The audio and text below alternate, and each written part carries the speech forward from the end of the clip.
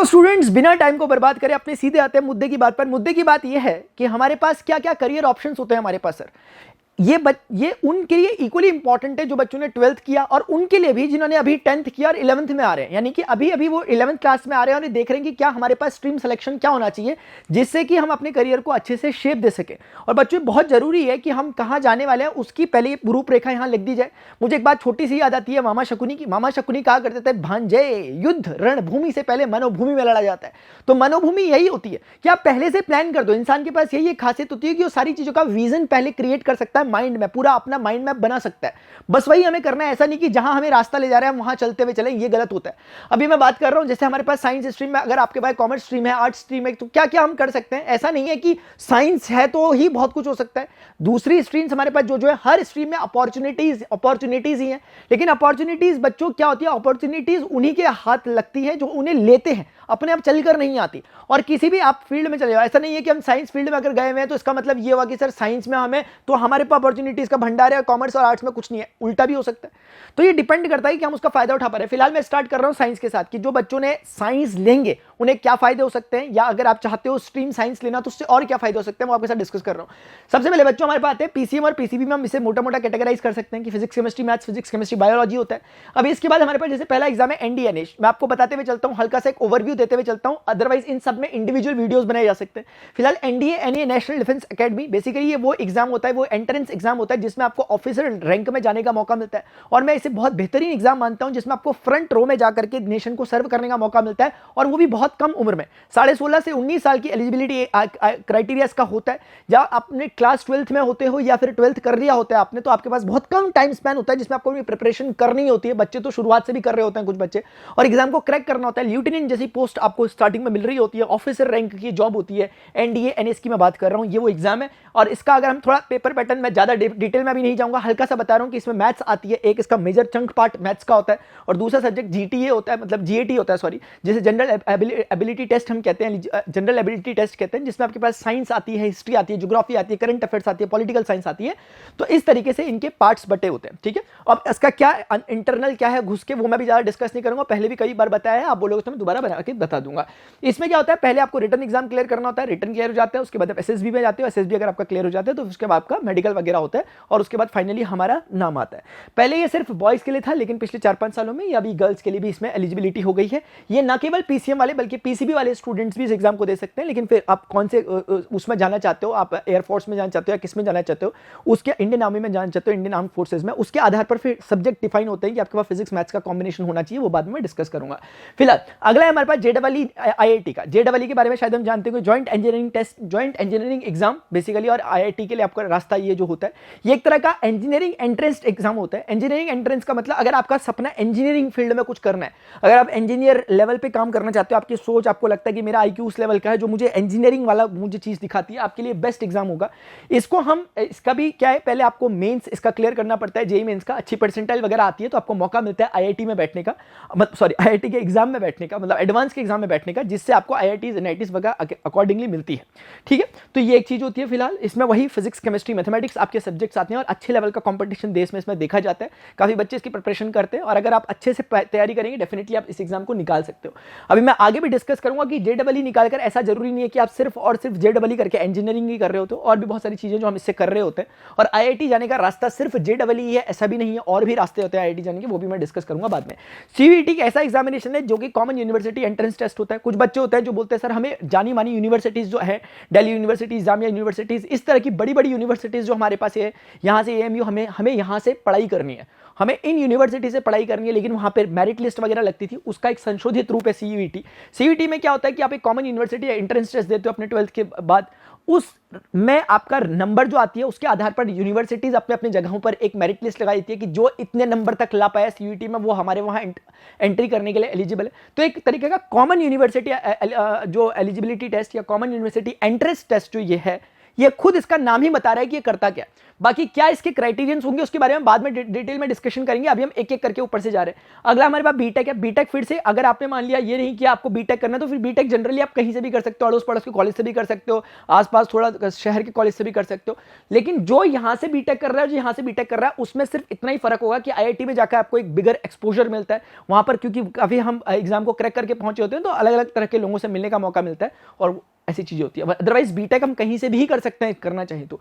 उसके बाद ऐसे ही करके बीएससी कर सकते हैं, बी आर्ट्स कर सकते हैं, BCA, BBA, BSc LLB, BSc BEd, IISER. एक एक करके समझाता हूं। बीएससी मतलब कि जैसे मैंने फॉर एग्जांपल मैंने बीएससी ही किया है, तो बीएससी मतलब बैचलर इन साइंस। बेसिकली आपने बैचलर ऑफ साइंस यानी कि आप साइंस के फील्ड में, जैसे आपके पास पीसीएम सब्जेक्ट हो सकता है या आपके पास सीबीजेड सब्जेक्ट हो सकता है जो कि अपने पीसीबी वाले बैकग्राउंड के, केमिस्ट्री, बॉटनी, जूलॉजी, या कुछ बच्चे पीएमएस कॉम्बिनेशन लेते हैं जिसमें फिजिक्स, मैथमेटिक्स और स्टैटिस्टिक्स आती है।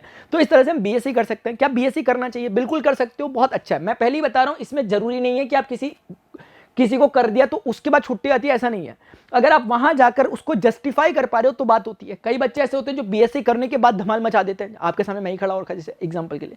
अभी बी आर्ट्स है। बी आर्ट्स यानी कि बैचलर इन आर्किटेक्चर। आर्किटेक्चर में भी काफी लोग अपना करियर बनाते हैं, जिन्हें बिल्डर बनने का शौक होता है, जिनका मतलब इस तरह के आर्किटेक्ट वाले फील्ड में, इस वाले फील्ड में जिनका थोड़ा सा रुझान होता है, वो इसमें जाते हैं। लगभग 5 साल का एक कॉम्बिनेशन कंप्लीट पैकेज होता है जिसमें आप ये कंप्लीट कर रहे होते हो। इसमें आपको ऑन साइट काम करने की प्रैक्टिस होती है और मतलब करवाते हैं ये सारे के सारे, आपको वर्कशॉप चलाई जाती है, बहुत कुछ होता है, प्रैक्टिकल लेवल पे चीजें कराई जाती है।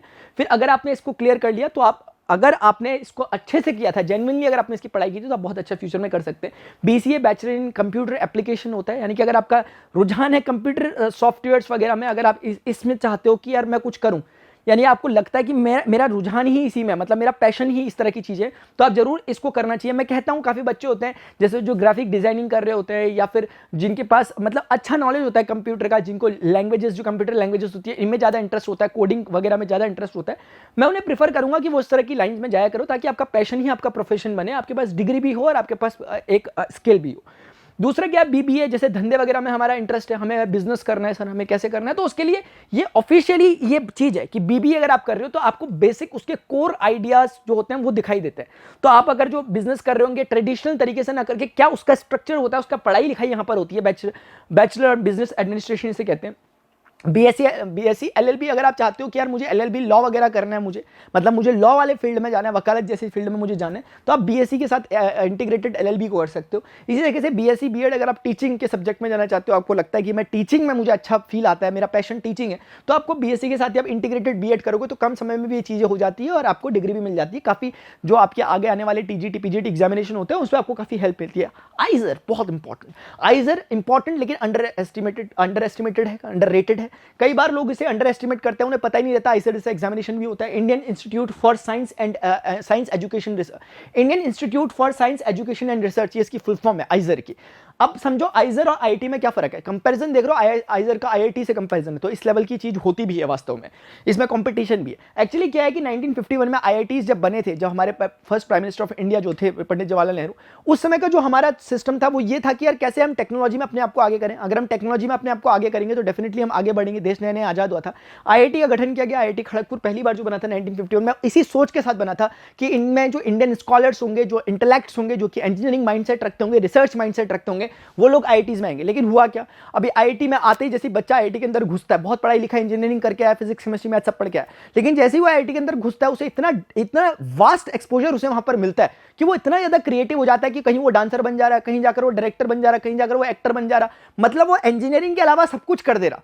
तो ये कोई गलत बात नहीं है, लेकिन बहुत अच्छी बात है, यहाँ के बंदा बहुत क्रिएटिव हो जाता है क्योंकि उसे उस लेवल पे एक्सपोजर मिलता है, इतने कनेक्शंस उसके लोगों के साथ बन रहे होते हैं। लेकिन जो मेन कोर आइडिया था आईआईटीज का कि एक रिसर्चर हमें मिलना चाहिए जो हमारा स्पेसिफिक हो, वो कहीं ना कहीं खो गया, जिससे नुकसान नहीं हुआ लेकिन फिर भी हमारा वो आइडिया रह गया। तो उसको फुलफिल करने के लिए आइजर को 2006 में बनाया गया। अभी उस समय जब थे 5 आइजर थे, यानी Indian institute for science and science education research, लेकिन वर्तमान में अगर हम देखें तो 7 आइजर हमारे पास मौजूद है। अगर आप देखना चालू करोगे इंडिया के पश्चिम से देखोगे, वेस्टर्न पार्ट से, तो मोहाली पंजाब में आपको एक मिलेगा, मिडिल पार्ट ऑफ इंडिया में भोपाल मध्य प्रदेश में आपको मिलेगा, ईस्टर्न पार्ट ऑफ इंडिया में आओगे कोलकाता में, ओडिशा की तरफ आपको 2, मतलब एक ओडिशा में और एक कोलकाता में आपको आइजर मिलेंगे।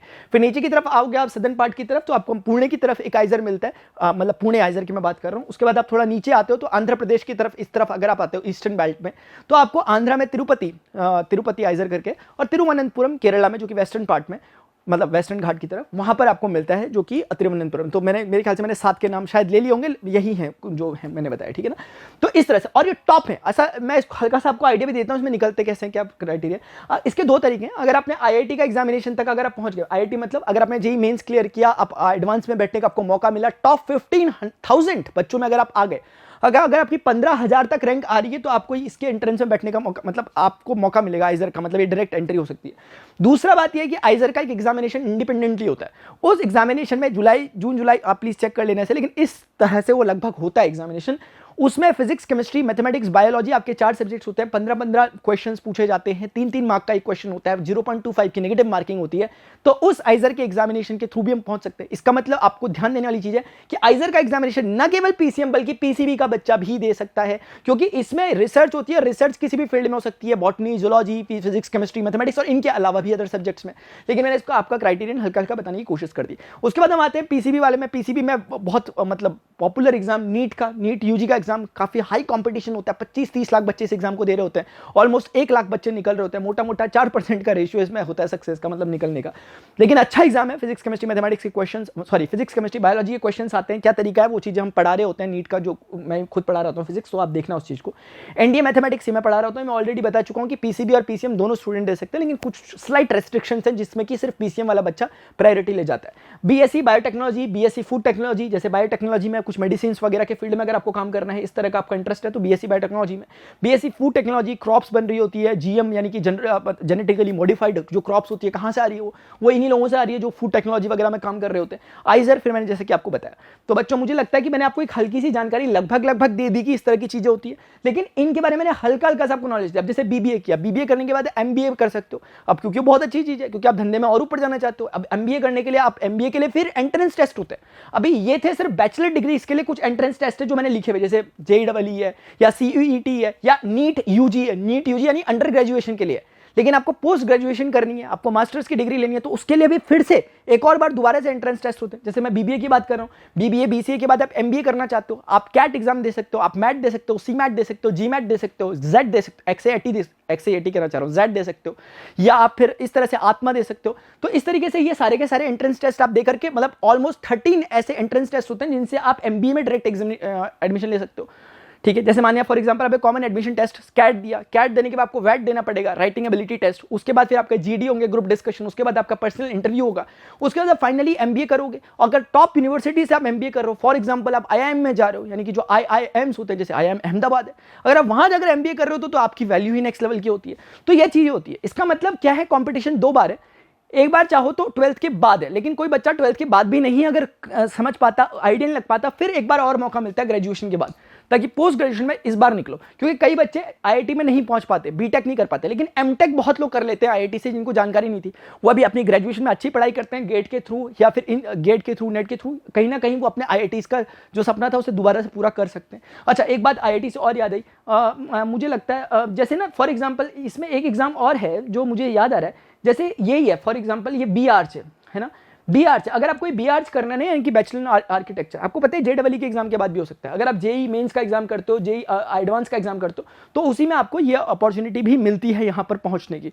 ऐसे करके बहुत सारी चीज़ें होती हैं, लेकिन वो अभी समय की कुछ गरिमा है, वरना अदरवाइज मुझे अभी नेक्स्ट टॉपिक में भी आना है। कॉमर्स वाले को भी बताना था मुझे, नेक्स्ट बताना था आर्ट्स में क्या क्या फायदे होते हैं, कैसे कैसे हम एग्जाम में फिल करके फायदे हो सकते हैं, और हर एक के इंडिविजुअल लेवल पे होते हैं। लेकिन मैं नहीं चाहता कि जल्दीबाजी के चक्कर में हम इनको निपटा दें खाली। अगर आप कोई ऐसे बच्चे थे, क्योंकि मेरे साथ ज़्यादा बच्चे लिंक जो है वो साइंस के ही हैं, तो फिलहाल चलो साइंस का काम हो गया। लेकिन अगर आप चाहते हो कि सर कॉमर्स में और हमारे पास आर्ट्स फील्ड में क्या क्या और फायदे हो सकते हैं, क्या क्या हमारे पास अपॉर्चुनिटीज हैं करियर के लेकर, वो आप बताओ, तो मैं वो बता दूंगा नेक्स्ट वीडियो में। ये मानकर चलो कि किसी को मैं प्रेफरेंस नहीं दे रहा, ऐसा नहीं कि साइंस में ही कुछ होता है, मैंने पहले भी कहा था डिस्क्लेमर में, साइंस कॉमर्स वो सब में होता है, बस करने वाला होना चाहिए। अभी के लिए डियर फ्रेंड्स इतना ही। अगर आपको इंफॉर्मेटिव लगी ये चीजें और कोई डाउट्स हैं आपको, आप नीचे मुझे कमेंट सेक्शन में बता सकते हैं। अभी के लिए इतना ही, मिलते हैं नेक्स्ट सेशन में। टिल देन गुड बाय, सी टेक केयर, जय हिंद, बाय।